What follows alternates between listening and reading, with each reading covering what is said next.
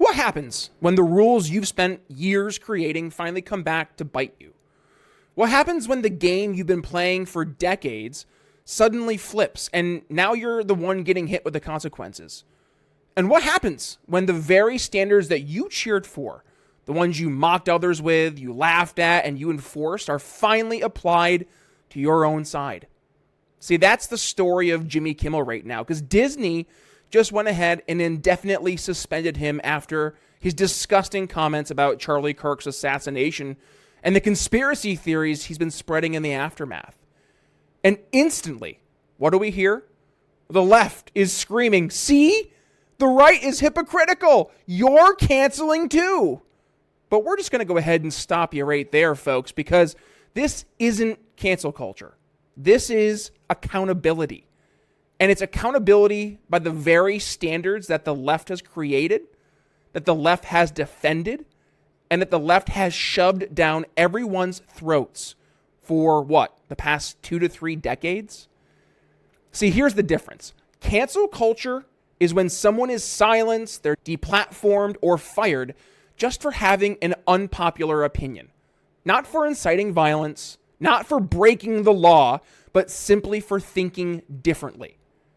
Accountability is when someone who has actively enforced those exact rules, mocked others for being victims of those rules, and then celebrated those rules being applied to people that they just don't like, finally gets held to the exact same rules that they have enforced and promoted. That's not hypocrisy. That's justice. That's the pendulum swinging back. And if we're being honest, nobody in modern media has been more smug, more arrogant, and more cruel, frankly, in enforcing cancel culture than folks like Jimmy Kimmel. See, this is the same guy in this example who looked into the camera during the height of the COVID pandemic and said, "Rest in peace, Wheezy," while mocking unvaccinated people dying of the virus. Like, think about that for a second. That's not edgy comedy. That's not late night fun. That's mocking and inviting death. That's celebrating the suffering of people that you just disagree with politically. And imagine flipping that script. Imagine if a conservative late night host had gone on TV and mocked AIDS patients in the 1980s. Imagine if someone joked, "Rest in peace," while a loved one was gasping for their last breath. The outrage would have been nuclear. There would have been protests in the streets. Advertisers would run for the exits. And the left would have been demanding that person never work in media again. But because it was Jimmy Kimmel who was mocking conservatives, well, that's okay. Actually, that's celebrated. That's considered punching up. And that's exactly the double standard that we've been living with for decades. And libertarians, by the way, we've been warning about this forever. Never build a weapon you wouldn't trust your enemies to use against you. Never create a system of power that is you assume will only be controlled by your side. Because sooner or later, that pendulum will swing. And when it does, those same rules are going to get applied to you. And that is the exact situation that the left is in right now. See, they've spent years building this cancel culture machine. They've spent years cheering when it took out conservatives, Christians, Trump supporters, vaccine skeptics, anyone else who stepped outside of the official narrative. And now, for the first time in a long time, that machine has turned around and it has chewed up one of their own. And they hate it. They hate it. If you've ever been told to shut up, if you've ever been called a bigot or a science denier, if you've been mocked for your faith, for your politics, or your common sense, see, this episode is for you. Because today we're going to unpack how we got here, who built this machine, and why it's finally eating its own. And by the way, we're also going to learn what we can do moving forward. And I'm just going to say this up front. I have zero sympathy for Jimmy Kimmel. None. Because he built this world. He defended this world and he profited from it. And now he is living under the rules he's created. That's not cancel culture. That's karma. Jimmy Kimmel didn't just happen to be a late night host during the rise of cancel culture. He was one of its cheerleaders. He was one of its enforcers. He was one of the guys who used his massive platform night after night to set the rules of what we could and could not say here in America. And now, people might roll their eyes and say, well, come on. He's just a comedian. No. We're going to stop pretending that this is comedy or that this is harmless jokes. Because for decades, late night TV has been where the culture is shaped. Think back to the days of Johnny Carson, of Jay Leno, David Letterman. They weren't just making people laugh. They were reflecting on the mood of the country. And they were showing us what normal and what weird were. And that's the real power of comedy. It's not just the laugh. It's the cultural permission it gives us. And Jimmy Kimmel knew that. He leaned into that. But instead of using it to unify or poke fun at everyone equally, he used it to divide. He used it to punch down on people who didn't fit into the left's growing list of approved ideas.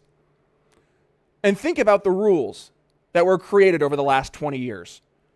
Never question the narrative. During COVID, if you had doubts about the vaccine, if you thought, hey, maybe the government or big pharma wasn't being 100% transparent, you weren't just skeptical. You were a science denier. And Jimmy Kimmel went all in on that, right? He literally mocked unvaccinated patients, saying, rest in peace, Wheezy, like their deaths were a comedy bit on his show. That wasn't a one-off gag. That was him reinforcing the very rule. Question the narrative, and you deserve mockery. Heck, maybe you even deserve death.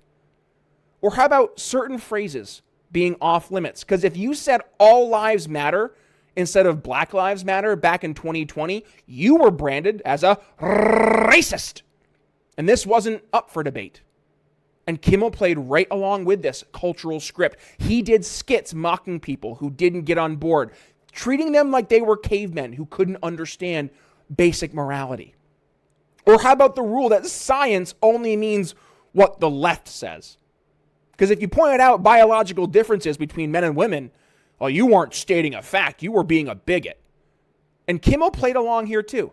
He treated everyone raising concerns about trans ideology as some joke, someone to be laughed at and dismissed. Do you see a pattern here? These weren't just opinions floating out there in the ether. They were rules. And every time someone on the right got in trouble for breaking one of those rules, it was Jimmy Kimmel right there with his other band of colleagues to reinforce that with a smirk, a monologue, and some awful punchline. That rest in peace Wheezy moment, let's zoom in on that example because that's just too important to gloss over. Remember, during COVID, Kimmel came back from a summer break and mocked unvaccinated people who got sick. He said, and I quote, Dr. Fauci said, if hospitals get any more crowded, they're going to have to make some very tough choices about who gets an ICU bed. And that choice doesn't seem so tough to me. If you're unvaccinated and you're out there doing stupid things, just rest in peace, Wheezy. That's what he said on national TV to millions of people. Now imagine you're someone who had doubts about that vaccine. Maybe you were scared of side effects. Maybe you had a bad experience with doctors in the past. Maybe you just didn't trust the government after watching them screw things up over and over and over again. And now, here's a guy with millions of viewers basically saying you deserve to die if you don't go along with the crowd. That's not a joke. That's what we call dehumanization in like the truest of forms. That's telling millions of Americans, sorry, your life has less value because you disagree with me politically. And it's one of the clearest examples of how Jimmy Kimmel helped enforce cancel culture from his perch of late night TV. And by the way, it wasn't just COVID. That was the most obvious. But Kimmel made mocking conservatives his bread and butter. Trump supporters, always portrayed as dumb, toothless, backwoods idiots. Christians, you're always portrayed as hypocrites or bigots. And people from rural America, no, you're the punchline. He even got caught in his own hypocrisy. Because you remember his blackface skits he did back in the day on The Man Show, pretending to be Karl Malone? Or the other routines in The Man Show where he should be labeled misogynistic. If Jimmy Kimmel had been a conservative, those things would have ended his career years ago. But because he's on the approved side, politically, he gets a pass. All right, folks, elephant in the room. The world's a mess. Inflation is crushing savings. Politicians keep spending. So what's your backup plan? Oh, you don't have one. Well, if you don't worry. That's why the Expat Money Online Summit exists. From October 10th through the 12th, my good buddy Mikkel Thorup's bringing in global experts to show you how to protect your wealth, secure a second residency, lower your taxes, and even own property abroad. And by the way, it's totally free. So no flights, no hotels, just grab your ticket and tune in.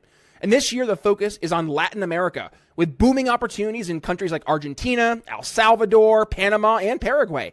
These doors are open right now, but only if you take action. And how do you do that? Well, head to expatmoneysummit.com and reserve your free, yes, I said free ticket. And by the way, if you want a full VIP package, you can use promo code TBNS for 20% off. That's expatmoneysummit.com, promo code TBNS. And now, let's get back to the show. And that's the key here. Cancel culture was never about actual morality. It was about power. It was about deciding which side gets punished and which side gets protected. Jimmy Kimmel had protection because he was useful. Some may say, a useful idiot. See, he was the smiling face of the cultural left, making it funny to hate half the country. But millions of Americans felt the sting of those double standards. Nurses got fired for posting "All Lives Matter" or questioning the vaccine. Teachers got suspended for saying biological sex is real. Ordinary people, just, average everyday American citizens, lost jobs, friendships, reputations for opinions that were mainstream 5 minutes ago. And through all of this, late night hosts like Jimmy Kimmel laughed at you. They turned those people's lives and their very real concerns into punchlines. And they told the rest of the country, these are the rules now. Get in line or get destroyed. That's pain. And people felt it. That's why cancel culture became one of the most hated features of modern life. It wasn't just elites yelling at each other on Twitter. It was real people losing their livelihoods while Hollywood elites clapped like performing seals. Now, fast forward. The same Jimmy Kimmel who cheered for cancel culture when it took out conservatives is suddenly on the receiving end. He mocked the assassination of Charlie Kirk. And then he spread conspiracy theories about it. And Disney and ABC finally said, enough. And instantly, the left cries out, this is cancel culture. But hold on. Where were those voices when conservatives were being silenced for their views? Where were those exact voices when people lost their jobs for tweets, posts, or even private conversations? See, that's the hypocrisy. And that's why this moment is stinging so much for folks on the left. Because for the first time in years, one of their own is being held to the same exact rules that they wrote. And they not only don't like it, they hate it. So what do we take away from this? Well, first, let's be clear. Jimmy Kimmel is not a victim. He's not some poor schlub who got caught in the gears of the machine that he just didn't understand. He helped build the machine. He oiled it. He cheered it on when it crushed people on the other side. Second, this proves that libertarians were right. Power always flips. And if you build a system of punishment, eventually it gets used on you.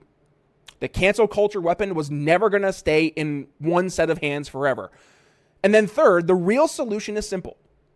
Stop playing this stupid game altogether. Stop cheering when your enemies get silenced. Because one day, you're the target. Stop building these machines of censorship and dehumanization.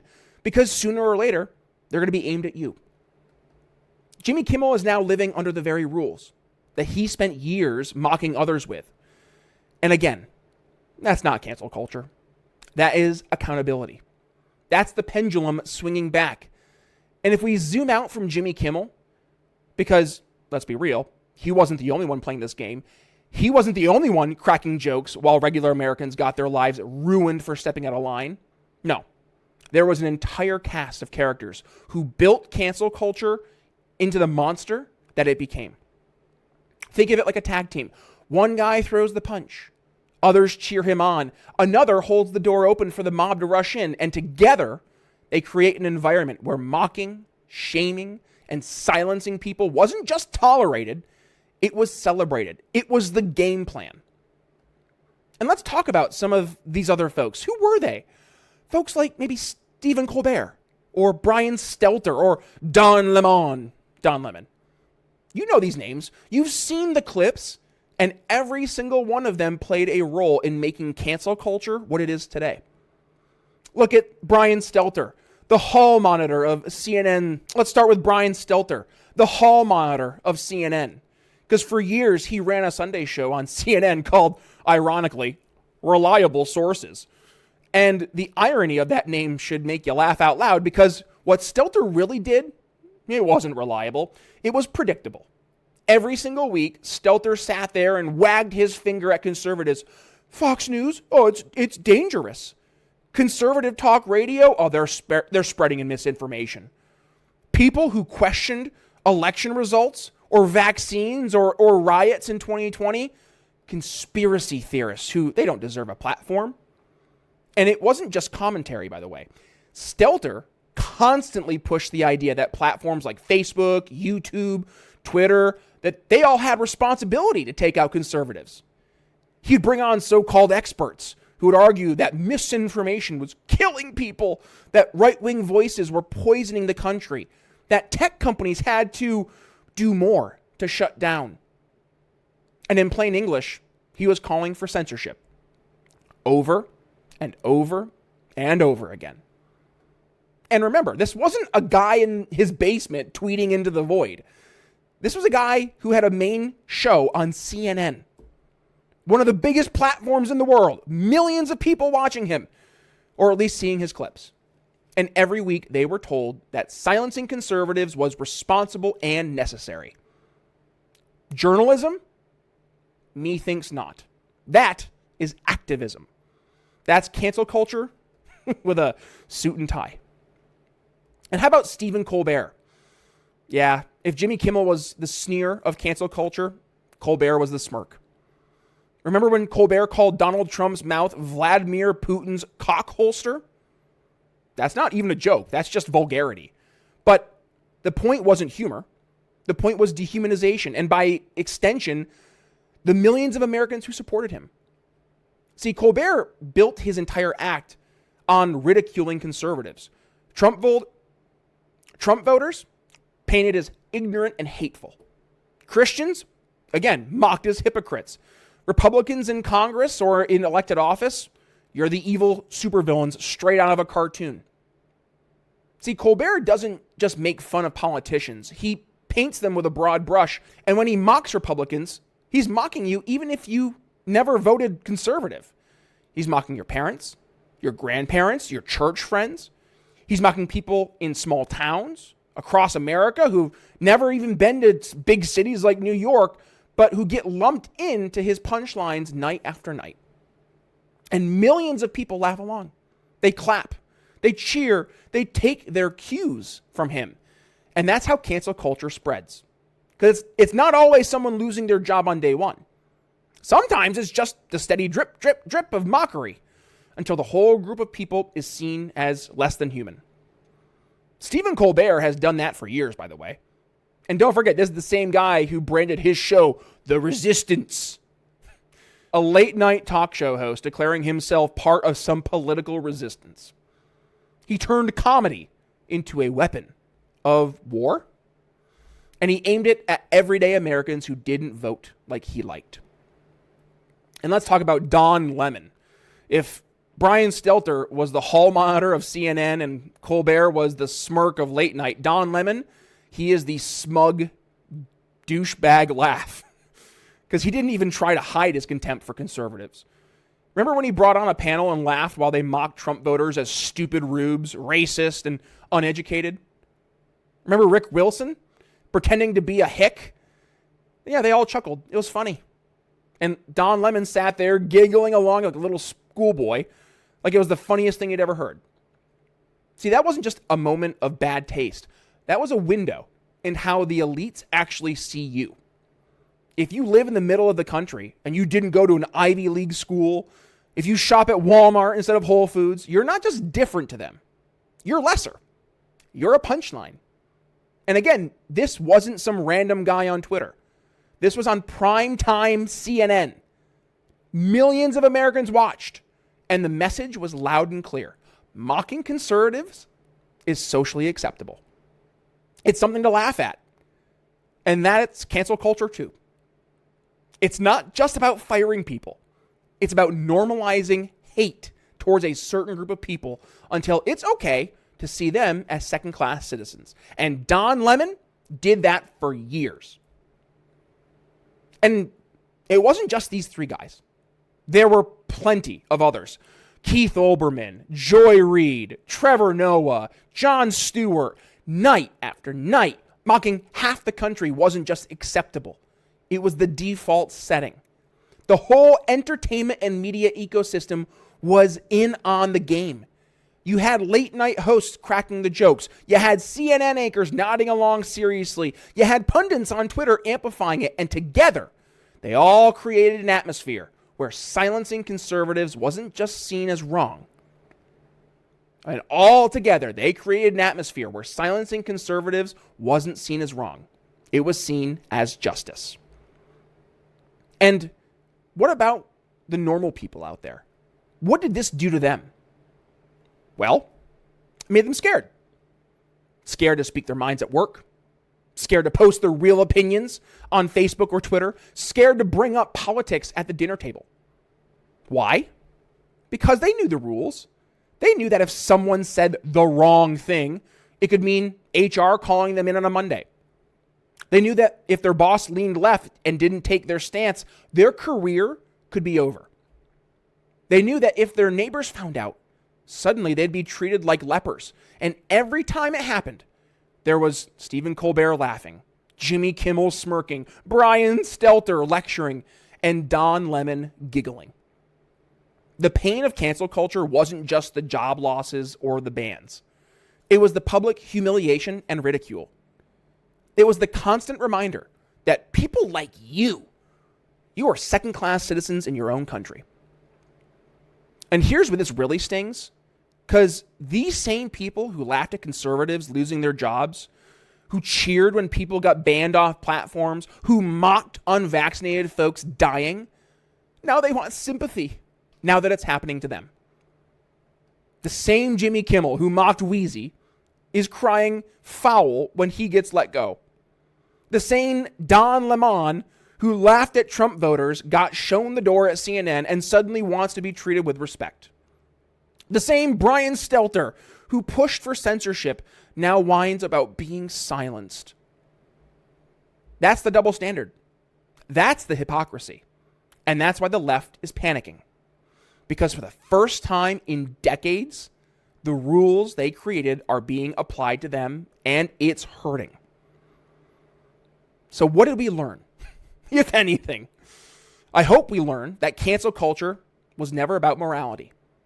It was never about protecting people from harm. It was always about control. It was about deciding who got to speak and who didn't. And we learned that power flips. The weapon you build today to silence your enemies can and will be used against you tomorrow. That's not a possibility. It's a guarantee. Libertarians have been warning about this for years, and now we're watching it unfold in real time. Brian Stelter, Stephen Colbert, Don Lemon, Jimmy Kimmel, they've all played their parts. They all poured gasoline on the fire, and now they're choking on the smoke. Poor fellas. See, cancel culture isn't fun when it's you and your friends getting canceled. But maybe, just maybe, that's the only way they'll ever learn. See, for the first time in a long time, the rules they created are being used against them, and they freaking despise it. Think about this. For years, the political left has had the, well, in their opinion, the cultural high ground. They controlled the universities, the media, the Hollywood, big tech, whole cultural machine. And that meant they could decide who got canceled, who got shamed, and who got silenced. And every time it happened, they justified it by saying, hey, these are the rules. Actions have consequences. Free speech doesn't mean freedom from responsibility or accountability. Remember that? Free speech isn't freedom of consequences. The left practically had it tattooed on their foreheads, and that was their excuse for firing every single person, every deplatforming, every public shaming. And guess what? Now that line's being thrown back at them, and they don't like it. It hurts their feelings. Look at Jimmy Kimmel again. He mocked people who didn't want the vaccine with that infamous rest in peace wheezy line. And then he laughed about people dying. He celebrated their suffering because they didn't agree with him politically. And now he gets to make inflammatory remarks about Charlie Kirk's assassination, spread conspiracy theories around, and gets fired. And then suddenly the left and him are screaming, cancel culture, hypocrisy. No, this isn't cancel culture. This is Jimmy Kimmel being forced to live under the exact same standards he has championed. He mocked others when they were canceled. He laughed at conservatives when they lost their jobs. And now the shoe is on the other foot.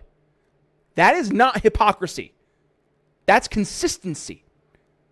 And when you spend 20 years telling people that actions have consequences, then don't be surprised when the consequences finally come to you. You got Don Lemon, who sat there for years on CNN, night after night, mocking conservatives as stupid, racist, and uneducated. Like, yes, you deserve to lose your job. And now suddenly you want sympathy as a free speech warrior? You want to be treated with dignity? Where was that dignity when you were mocking the dignity of others? You work out, you lift heavy, you're eating clean, but if you're not seeing better pumps, better endurance, or faster recovery, it's probably because you're missing a critical piece. So your body depends on nitric oxide to help push blood, oxygen, and nutrients into your muscles.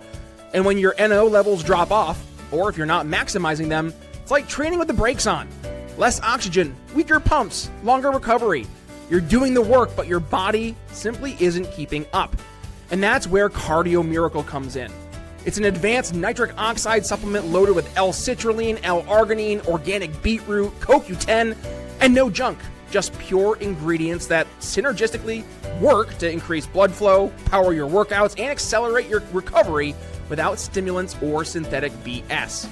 So if you want to make sure every set counts, just click the link in the show notes, scan that little QR code over my shoulder, or visit cardiomiracle.com/TBNS to feel the difference. And by the way, when you click that link, your discount will automatically be applied. Just look for Shopping with Brian Nichols at the top of your homepage. One more time, that's cardiomiracle.com/TBNS. And now, let's get back to the show. Brian Stelter, what about you when you were celebrating conservatives being deplatformed like Tucker Carlson or Megyn Kelly? You treated censorship like it was a public good. And suddenly you want people to see you as a victim? Stephen Colbert, yeah, you're still on the air for now, but the writing's on the wall. And by that, I mean, you're done soon because your ratings have slid. Your influence has waned. And every time you cross the line, people are calling you out with your own words. See, it's only a pattern here. The rules of cancel culture are no longer a one-way street. It's a boomerang. And now it's circling back. And this is why the left is so panicked, by the way, because they never thought this day would come. They assumed cancel culture was a weapon that they would always control. They assumed the right would never have the leverage or the courage or the cultural influence to use it back. They thought that they were the referees and that the right was just stuck playing defense forever. But times have changed. Social media has given conservatives a louder voice. Alternative platforms have sprung up. Independent media has grown stronger. And the cultural dominance of the left isn't what it used to be. And now when someone like Jimmy Kimmel crosses the line, the outcry isn't just a few conservative voices in the wilderness. It's millions of people speaking up, pushing back, and saying, no more. And corporations like Disney, ABC, they're having to listen. That's the real twist here. The left is used to the corporations bending to their outrage mobs. But now they're watching corporations bend to the outrage from the right. And that scares them. Because for the first time in decades, they don't own the mob anymore. And when the left keeps saying, see, the right's being hypocritical. You said cancel culture was bad and now you're canceling people too. That's wrong. Cancel culture is when people are silenced for having a simple difference of opinion. Accountability is when people are punished by their own standards. And that's the difference. Jimmy Kimmel isn't being punished for saying something conservative. He's being punished for saying something cruel, dehumanizing, and inflammatory the same way he cheered when conservatives got punished for the same thing. Don Lemon wasn't fired because he was liberal. He was fired because he became a liability, because his arrogance and his contempt turned even his own network against him. Brian Stelter wasn't deplatformed because he was left-wing. He was fired for his ratings tanking and his credibility collapsing under the weight of his own sanctimony. That's not hypocrisy, folks. That's just poetic justice. And that's the boomerang effect. See, here's where the libertarian ethos hits home. Because libertarians, again, have for years been saying, never build the weapon you wouldn't trust your enemy to use. Never create a system of power that you think you will always have control of. Because when power flips, which it does, and the pendulum swings back, which it did, the weapon you built will eventually be turned back at you. Cancel culture was the weapon. The left built it, they loaded it, and they fired it at conservatives for decades. And now it's being aimed back at them, and suddenly they don't like it anymore. Oh, but that's the lesson. If you don't want to live under these rules, stop making the rules. Stop it. If you don't want to have to taste your own medicine, stop prescribing it to others. If you don't want accountability to come for you, stop demanding it for everyone else. So no, Jimmy Kimmel, you're not a victim. Don Lemon isn't a victim. Brian Stelter isn't a victim. Stephen Colbert isn't a victim. They are all examples of what happens when the rules you create come back. The right isn't being hypocritical by celebrating this. They're being consistent. They're saying, fine, these are the rules that you set for the game. Let's play the game. And that's why the left is terrified. Because for the first time, they're getting a taste of their own medicine. And they hate how it tastes. So before we wrap up, I just want to outline an important distinction. Because again, this isn't just about Jimmy Kimmel or late night TV or media hypocrisy. This is about a much bigger principle. Government censorship is always bad, but accountability through the marketplace is a good. Censorship, when the government decides who can and cannot speak, where you're no longer allowed to live in a free society, that's tyranny, no matter how you dress it up. When bureaucrats or politicians get to decide which opinions are allowed and which ones are dangerous, you're not dealing with freedom. You're dealing with control. And again, think back to what we saw in recent years during COVID, government emergencies, where you had agencies pressuring Facebook and Twitter to take down posts they don't like. Some of these posts, by the way, later turned out to be true. Think of the lab leak theory. Or how about when the FBI flagged content on Twitter and called it misinformation and disinformation, and then later some of that information was proven accurate. Or when politicians went on TV and openly called for their opponents to be silenced for public safety. See, that is government censorship. And it always is wrong. Always. Because once that state has power to decide who speaks, and at that point, the debate is over. Liberty is gone. And let's compare that to accountability. Accountability in the marketplace. That's not the government. That's us. We, the people, viewers, consumers, companies, deciding what we will and will not tolerate. And there's a big difference here. In the marketplace, power shifts. If Jimmy Kimmel mocks Americans, spreads conspiracy theories about Charlie Kirk, and people say, all right, enough, I'm done watching, and then Disney suspends him indefinitely, that's not censorship. That's consequences. That's accountability. You see the difference? One is a top-down control from the state. The other is a bottom-up accountability from the people. And why does this matter so much? Because right now the left is trying to blur these lines. They keep on saying, see, you're canceling Jimmy Kimmel. You're just like us. No, that's not true. The right isn't cheering for government censorship. The right isn't saying pass a law to shut Jimmy Kimmel up. The right is saying he crossed the line. He played by the rules for years. And now the marketplace has decided he's not worth keeping around. That's not cancel culture. Again, that's accountability. That's healthy in a free society. For years, accountability only went one way. Conservatives, Christians, moderates, skeptics, we all paid the price. They lost jobs, platforms, reputations, and every time it happened, the left said, well, freedom of speech isn't freedom from consequences. Okay, fine. Then the same rule applies when the shoe is on the other foot. See, the left loved cancel culture when it only hurt their enemies. They loved it when nurses got fired. They loved it when teachers lost their jobs for refusing to use certain pronouns. They loved it when comedians on the right got deplatformed for edgy jokes. But now, no, not one of our own paying the price. Not Jimmy Kimmel, our late night darling. He's finally being held to the same standards. Suddenly, they don't like it. Now they're the ones crying cancel culture, not because they actually care about free speech. Because if they did, well, they would have spoken up years ago when conservatives are the ones getting canceled left and right. No, they're crying because for the first time, they're the ones feeling the heat. Again, that's not cancel culture. They just hate that they're losing control. All right, so what's the solution, Brian? Well, the solution isn't to abandon accountability. People need consequences when they cross the line.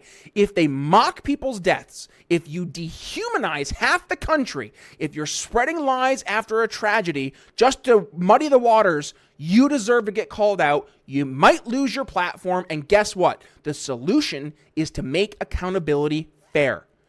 We got to make it consistent. Stop pretending it only applies to one side. And long term, the solution is to dismantle cancel culture entirely. To go back to a world where disagreement isn't death, where comedy doesn't turn into cruelty, where political debates don't end up with you're fired, you're banned, or worse, you're dead. That's the libertarian answer, by the way. Don't give government the power to censor. Don't give corporations unchecked power to silence, and don't give mobs the authority to destroy people's lives over opinions. Instead, build a culture where ideas are debated, not deleted, where people face consequences for real cruelty, not for holding a different opinion, where accountability comes from truth and fairness, not from mob rule. So again, Jimmy Kimmel, he's not a victim. He's not some poor guy swept up in a machine he didn't understand. He built this world, he defended it, and he profited from it. And now, for the first time, he is being held to the same standards he cheered for when they were applied to others. That's not censorship. That's not cancel culture. That's justice. That's accountability. And that's the marketplace saying, we're done. And if there's one lesson the left should learn from this, again, never build a weapon you wouldn't trust your enemies to use. Because eventually, as you're finding out, that pendulum swings back. And when it does, that same machine you built will turn on you. So let's bring this home. Government censorship, always bad, always dangerous, always tyrannical. But marketplace accountability, necessary, healthy, and fair. Jimmy Kimmel isn't being silenced by the government.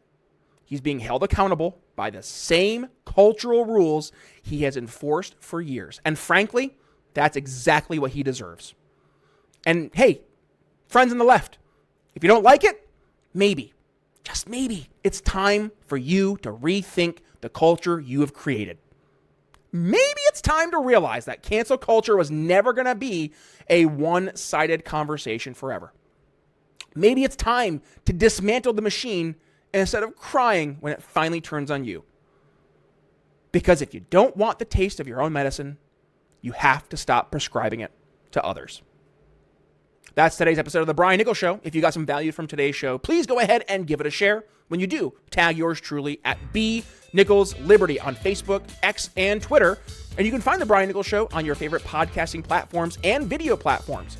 If you like podcasts, head over to Apple Podcasts, Spotify, YouTube Music, Podcast Addict, wherever it is you consume your podcasts. Hit subscribe. And by the way, we have over 1,000 episodes you can go back and dig through. And if you like to watch your content, head over to YouTube, Rumble, X, or Facebook, and we're airing the entirety of the show in its video content over there on those respective platforms. And by the way, we air the show every Monday, Thursday, and Fridays at 9 p.m. Eastern as a part of the Lions of Liberty Network. So head over to The Brian Nichols Show on those platforms, hit subscribe, and of course, hit that little notification bell so you don't miss a single time we go live. And with that being said, it's Brian Nichols signing off on today's episode. We'll see you next time. Thanks for listening to The Brian Nichols Show. Find more episodes at briannicholsshow.com.